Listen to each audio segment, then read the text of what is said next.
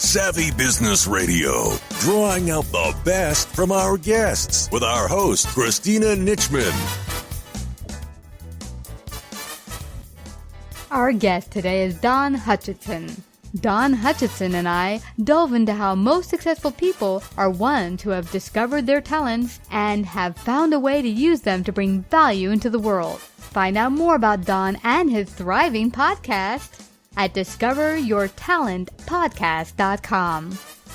Hi, Don. Welcome to Savvy Business Radio. How are you today? Christina, I am doing great, and I'm so delighted to be with you. Thanks. Oh my gosh, I'm so blessed to have you here today. You have the wonderful podcast that you host, Discover Your Talent, Do What You Love, where you bring people from around the world who have discovered what they love most, taking their great talents and gifts and bringing it to the world and making great success and money at it.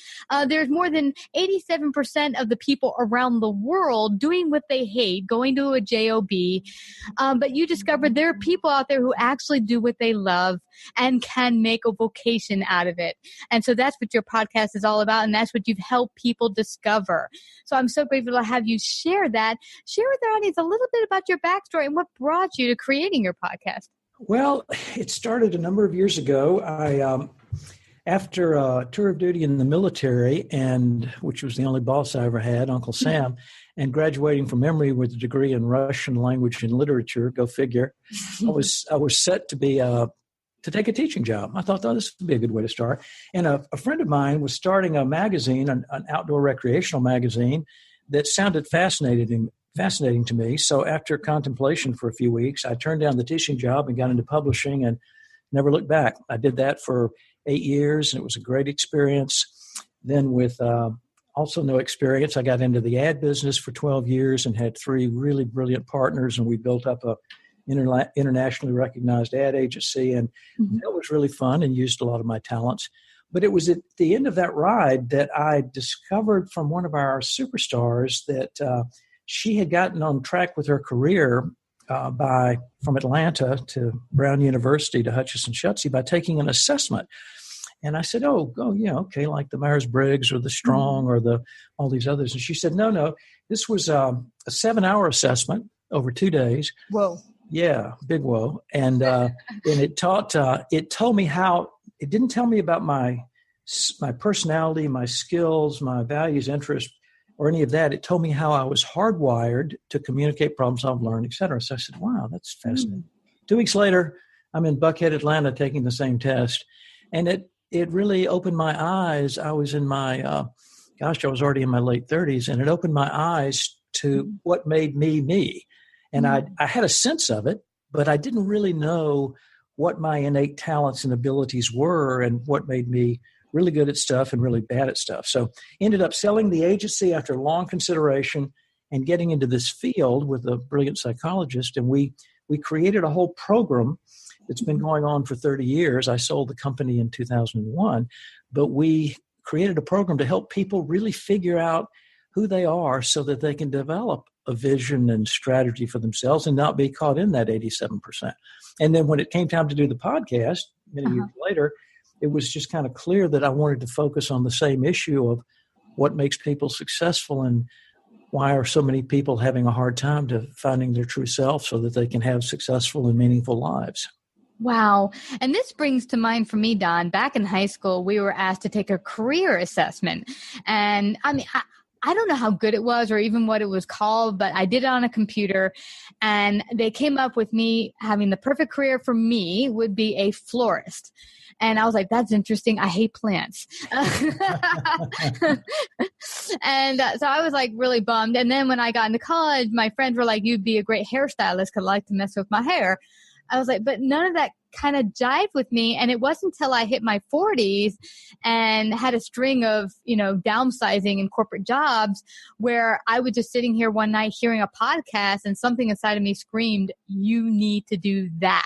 Yes. And it was this deep, like bam. And the first one I did, I was like, this is it. This is where I need to be. But why do you think it's so hard for people to know, discover, and to live their talent? Why is that? Well, there are a lot of reasons. The first is that we don't really, I don't know what it is about our society. I'm proud to be an American, and we've got a very innovative society, but we're not a very reflective society. Mm-hmm. And so if you ask 100 people listening or thousands of people listening to this podcast, where do you start with your career? I would guess that 95% of them would say, well, of course, you start with your why. Okay, well, in my 30 years of study, that's question number 2. You start with your who. You know, you've got to know, you already knew you didn't like flowers. You already knew that hairstyling wasn't for you. But so you get this feedback, and because we don't honor taking time to figure out who we are, and we also have everybody telling us, from our loving family, if we're lucky, to our coaches and our counselors and everything, telling us about us, or we take a quick little test. Like I said, there are places for tests, but they're usually sort of not enough. So we don't do enough time. We don't listen to ourselves. We don't do enough homework, and we're so short-term oriented and so outer directed, if you would. We just end up. I mean, my good friend that created this program with me years ago went to Princeton because he could get into Princeton, and that might be fine, except that that's, again, an external factor. So there are all these external factors that weigh in and don't let us listen to that wee small voice that lets you know that you have the talents to do what you're doing now, or that I have innate talents to be a creative guy and create ideas and companies and be a writer, when before I really didn't know that. So it's trial and error, and if we're lucky, we hit on the right thing, but we're always changing and evolving. So there's never one perfect little role for us. We've got to keep exploring who we are and staying inside and keeping up with our own, how we're feeling about what we're doing, to stay in that flow, as Csikszentmihalyi and Haile called it. Yeah. That makes sense. Oh, yeah, absolutely. And it's interesting now. I'm near 50, and in my teenage years, I loved music and dance, and I studied voice. I thought, this is funny, I went to a vocal coach and said, I want to sing at the Met and be a star. Wow. And she's like, okay, you're lucky if you can sing in the church choir. Your voice is pretty bad. She was like the Simon Cowell of the 80s. Okay. But so anyway, I thought, well, that busted my bubble. But it's interesting now with the vocal training I did end up taking and the dance and everything, it has all come to play to help me now with what I'm doing in production wise, video and audio, and all the work I'm doing in broadcasting that I never would have put together back in my 20s or teens. And so I think what we innately kind of get pulled to often shapes us into where we should be. But as you said, we don't in our culture give enough respect to that. We're just like, let's get real and get a real job or corporate job and pay the bills. Yes. Instead of paying attention, what is our heart saying about this? Well, you couldn't be more right. The good news is that the millennial generation is paying more attention to how they feel about things. And so they are experimenting and experiencing and trying to get out there and do trial and error. And the workplace has become so chaotic. And so I'm a number of years older than you are. And so in the workplace, there is no lifetime employment anymore. Yeah. There is no security. So if you're not a free agent and you don't take responsibility and know who you are so that you can be a free agent, whether you stay at that company 2 or 3 years or longer, then you're flotsam and jetsam. You're really just, you're subject to being a victim instead of being on top of the mountain yourself. Yeah. Yeah. And you mentioned something else very, very important, and that is your well-meaning friends and family who will kind of tell you, oh, this is where I see you. This is where you should go. Oh, you're awesome at this and that or whatever it might be. And you're like, okay, mom says I should go here, or dad says I'm good for this. And you kind of go that direction. Well, for me also, I came across this self-help group in my 10 years ago, perhaps 12 years ago. And they started asking the introspective questions that you mentioned are so important that often we don't pay attention to. And the number one question it asked me to start was, what do you want in life? Right. And it's funny. A lot of the people around the table were like, I want $1 million, because we all kind of feel if we won the lotto, our lives would be perfect. And as we all know, more money doesn't necessarily mean perfect. In fact, it means the opposite sometimes. Right. But it got people thinking. He said, okay, you want $1 million, but why? What is that going to do for you? What would your life look like if you had $1 million today that you don't have right now in your bank account? go deeply? What would you feel? What would it, and asking that question more and more and writing it down, I started to discover a life I'd won that looked nothing like I originally thought. Because like a lot of people, I thought the big mansion, a Manhattan penthouse or something was what I want. But going deeper, I like to be by people and water and to have the freedom of time. So this is the introspectiveness you mentioned. Where does someone get started if they never even begin to answer these questions? Where do they begin? Well, they begin by stopping, whether they're 17 or 70, until we stop and until we give ourselves time to think and reflect and feel how we're really doing inside, we can't get a perspective on where we ought to go or what's really working for us. So, we recommend, just journaling or, spending time, quiet time. There's so many.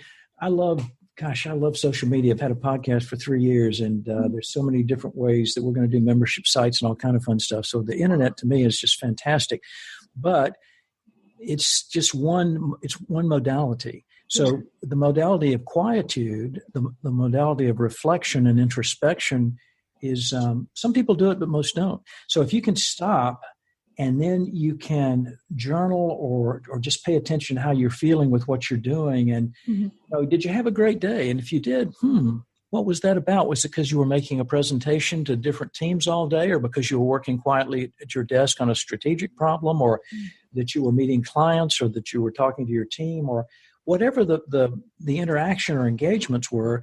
Those are indications of what you love and what you like to do. The second part is do a lot of homework and reading. Read What Color Is Your Parachute, for heaven's sakes. Yes. I mean, that's been around for 40 years. The genius that created that, Richard Bowles, just passed away this year at 90, but he sold, tens of millions of copies because he framed how people could look at themselves holistically. And that's what we did with our program that's called the Highlands Company today, that I don't own, but I co-created. And that lets you look at yourself. Chester Bernard said in the 40s, we hire people for their skills, but the whole person shows up for work. Well, think about that. That's exactly right. So, the managers and executives that run companies, entrepreneurial or corporate, just say, okay, this would make a good salesperson, or this would make a good engineer, or this would make a good blah, blah, blah, whatever it is. But that person is multifaceted, because we're not just a set of skills or knowledge. So, in fact, the Gallup workplace study this year, Jim Clifton, the son of the founder, said, if the managers and organizations don't learn to be coaches in the best sense of that, and really relate to the people that work for them, not just as a body of skills, but as people with goals and challenges and aspirations, then those people are going to leave. Wow. In droves, because they want to be, the millennials more than any other generation, and now it's the biggest generation in the workforce, as you know, more than boomers now by what margin.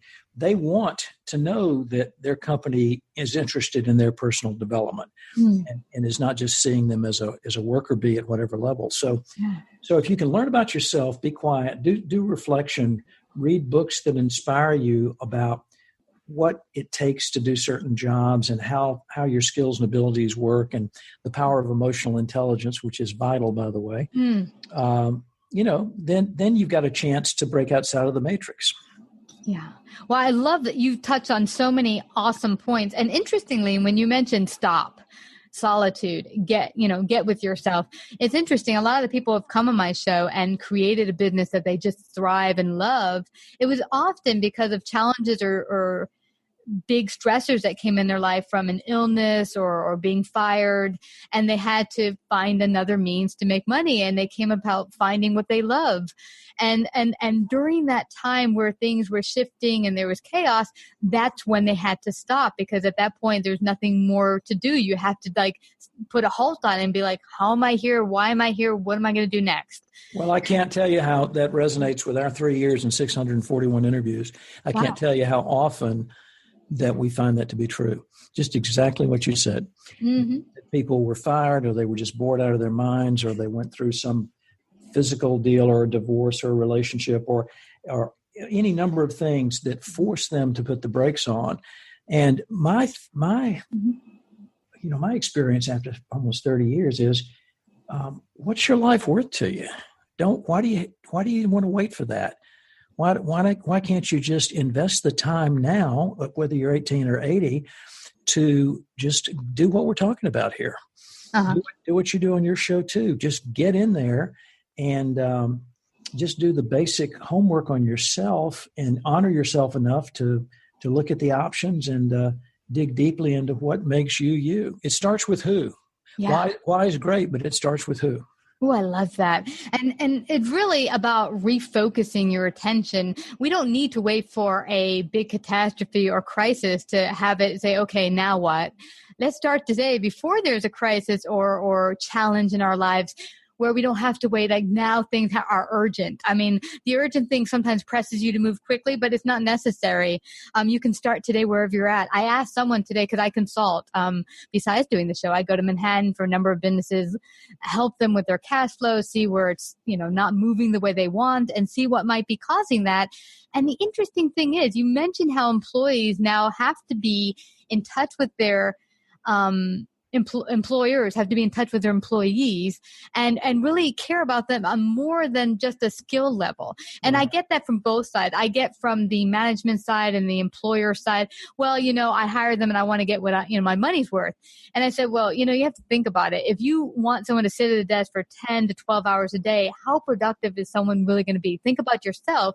Can you be productive at, staying in one place without moving for 10 hours or 12 hours? Probably not.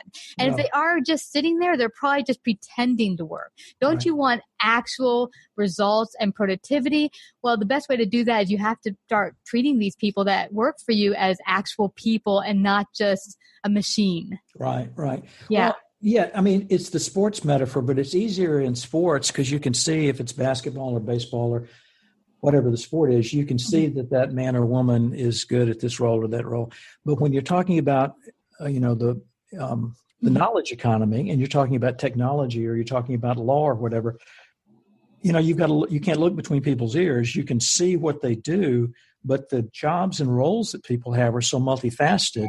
It's hard to know what's really going on there and how you can help them. So that's why the individual has to be a free agent and learn who they are. And that's why the manager has to be open to, being a good coach for them to say, hey, you've been in this role for 18 months or whatever it is. Now, where do you need to go now? Do you want to stay in sales? Do you want to stay in this technological role, or do you want to move into management? Or, let's talk about, and give them training, give them access to people like you and me who are coaches and people that can help them with that self-awareness and that self-knowledge. Yeah, no, I couldn't agree more. And it's interesting. I get from employees that, hey, I want to go and have a life. And they're telling me I have to stay and work late every night. They're not acknowledging the work I'm already doing and what I'm bringing to the company. And I tell my employers that money is not going to do the job. You can throw money at them, but really it has to come down to really acknowledging them as a human being and what they're bringing to the table, and paying attention to their great skills and talents and using them to the best of your ability. Yeah. If you are running a business, to think more in that way, what can I do to help these people bring more to the table for themselves and for the business? Yes, it's exactly right. In the survey that Gallup just put out, the American Workforce Study, it's something like close to 47 or 48% of millennials absolutely, just to your point, they want to know that they can thrive and grow. Millennials get criticized, especially by my generation, as being entitled and all this other stuff. Well, I think most of that is malarkey and is not true. I just think they're conscious and aware, and they've done a lot of reflection. Where my generation, came from, after they saw their parents working, they just did, okay, I'll do what I have to do. But millennials have had more opportunities, so they want more chance for self-exploration, and it's to the benefit of the employer to reinforce that in every possible way, because they want motivated, inspired, and creative workers. Yeah. And Don, it's really something interesting to bring to the table. And I share this with the people I work with in the companies that, more does not equal better quality. Quality is different than more. And I've talked to a lot of businesses who are adding more time to the table. When I first started the workforce, some maybe 30 years ago, it used to be most places were a 35-hour week with an hour lunch. Well, now most places are doing 9 to 10 hour a day with 1 hour on your bill, meaning you pay for that hour. We don't pay you for that hour. Right. So they keep thinking, if I just keep demanding more hours, I get more results. And actually, when I've gone into more and more business, I'm seeing the opposite. I'm seeing a lot of busy work, a lot of unhappy, disgruntled employees, and they feel like their managers aren't listening. They don't care about them. And what do they have? A constant turnaround in employees. And so I don't know how you've worked with this. I know you've had a consulting company, getting people to realize that more does not necessarily equal better quality. No. Mm-hmm. Yeah, we actually, when the company that we started 30 years ago, we actually got out after we did so many work with students and individuals. We got out and we had people that worked at IBM and Coca-Cola and all those places call us and ask us if we could do work with some of their managers. And we did. And that company still is. And what we saw was pretty astonishing because we did empirical studies. What we saw is when the company just invested a modest amount in giving the people the tools and access to themselves and what they do best and what their goals and how their goals and vision match up to the companies and so forth, how they can reduce stress and get balance in their lives, the performance went up exponentially. Mm-hmm. But it's not just a one-trick pony. It's not like, let's just go take a 2-hour course on emotional intelligence or let's just have some, a couple of coaches come in. It's really investing a little more time into letting the person, explore themselves more than they have before. And when they do that, they are so grateful to the organization, whether they stay with it or move on, they're going to be an ally and an advocate for that organization for the rest of their lives. Yeah, absolutely. And I'll give you 2 examples where I've seen this work marvelously at corporations I've worked with. One did a 2 to 3 time a year volunteer work because a lot of people say, hey, I'd like to help in the community, but I don't have time. I'm working all the time on the weekend. I just want me time. Well, they would stress, you get to choose from any charity you want and we pay you for the day. Instead of coming to work, you get to go to work with that charity 3 times a year, and we all participate. So it'll be like 3 days out of the year they'll choose where this day you go to whatever charity, and they pick like maybe 5 to 10 people in the company who all go together, and they do Meals on Wheels or they go work out in the national park, and it built camaraderie. Camaraderie. I get stuck on that one all the time. But it brought us all together, teamwork. And it got people excited. And the other company did something that was really awesome as well. And they would not only have, if you meet your goals, you would go out for pizza or bowling with the whole group, but they would also have a gym on site. Now, there are a lot of people who say, hey, I want to work at the gym. I don't have time because I have to get back to the office. Well, they had a gym set up on one of their floors. Now, it's not possible for all companies to do this, sure, but they actually hired 2 on-staff fitness people to work all day long with people. And one of the girls in their group had MS, and she was so grateful because she said that person at the gym in the company would actually work with her one-on-one because of her issues. And the people there just loved their job to death. They loved the company to death, and they couldn't wait to go to work. And I said, wow, what a difference compared to a lot of other companies I go into, where they'll talk about diversity, they'll talk about caring about their employees and all the stuff they give them, but there's no action behind the words. Yes. I love that. That's that's so much more. I like both those examples of the volunteer work and then the gym work, because it's one thing to say, okay, we'll have a cafeteria and we'll do these other things. But when it's volunteer work and you can get out and use a part of your heart to give back, and that opens up a dimension of yourself, the emotional and spiritual side. And then the gym, gosh, the number one killer in the world today is not cigarettes or opioids and cigarettes. Those are powerful, but it's sitting. Yeah. Sitting is killing us because we've known since studying NASA and the astronauts that for every hour that you're just sitting there not moving around, a part of your whole microbiome is diminished. So getting up and can you imagine? I work out I have a home office, and every hour for 8 to 10 minutes, I stretch and lift weights every hour. Ooh. Oh, that is so smart. And it's interesting. A number of years ago when I started my business, I thought when one more sale, I'll finally get up and do some walking or moving. Right. And I wasn't having any results. I was getting burnt out and exhausted. And a guest of mine came on the show and said, hey, I challenge you to do 30 minutes for 30 days in nature, meaning get out and walk, enjoy the scenery, experience the environment, and walk. Yes. And I did that for 30 days, and wow, how much productivity did I have at the end of the time? And I kept it up. And I just put up this quote yesterday, my own quote that said, "Feeling stuck during your workday? Get up, take a break, move, or go for a walk, and watch your productivity increase." Well, brilliant. Yeah, I mean, it's so true.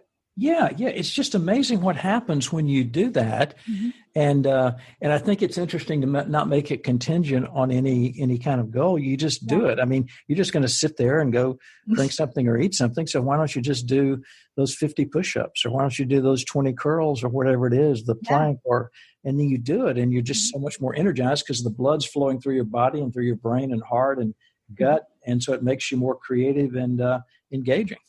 Yeah, absolutely. This has been so fascinating, Don. I don't want us to leave here without people finding out how they can listen to your awesome podcast, find out more about you, discover your talent, do what you love. Where can they find out your podcast and find out more about you? Oh, you're very kind. Yes, this has been a wonderful interview. DiscoverYourTalentPodcast.com is our homepage for our podcast, and we do the podcast 3 days a week. They can find me on LinkedIn, Don Hutcheson, Discover Your Talent Podcast. We've got a Twitter page, Don Hutcheson 11, and where else are we? Oh, on Facebook, Discover Your Talent Podcast. So, they can certainly reach out, and if they want to know more about, the topics that we cover or the talent team, they can just drop us a note, and we'll get back to them, or get back to them as soon as we can. Great. So if they want to be a guest, they would go to that same place and they can make contact with you. Awesome. Yeah, exactly. We've got a guest relations manager, Tracy Kotzer, and she's set all the information. And like you, we've been doing it a few years, so we have a backlog of a few months, but that's okay. People, if they want to be on the show, they can wait. It's worth the wait. I think so. And if they're a good fit, we try to, like you, we try to make sure that we're providing maximum value to our listeners. So if they have a story to tell that they think would add value, we'd like to chat with them about it. You betcha. Well, Don, I have to thank you again. This has been such an important conversation. I hope everyone out there who's on the fence, who are not living their greatest life and their talent in the world, will begin to go deep inside their heart and discover truly what they love to do. So again, I have to thank you for coming to Savvy Business Radio. This was such a pleasure and so much fun. I wish you continuing success. You're doing great work. You betcha. You too, Don. Savvy Business Radio broadcasts worldwide via a large podcast network, celebrating business owners, entrepreneurs, influencers, and successful individuals. Find out about our paid sponsorship opportunities or how to become a guest. Call 732-474-7375 or email Christina@savvybusinessradio.com.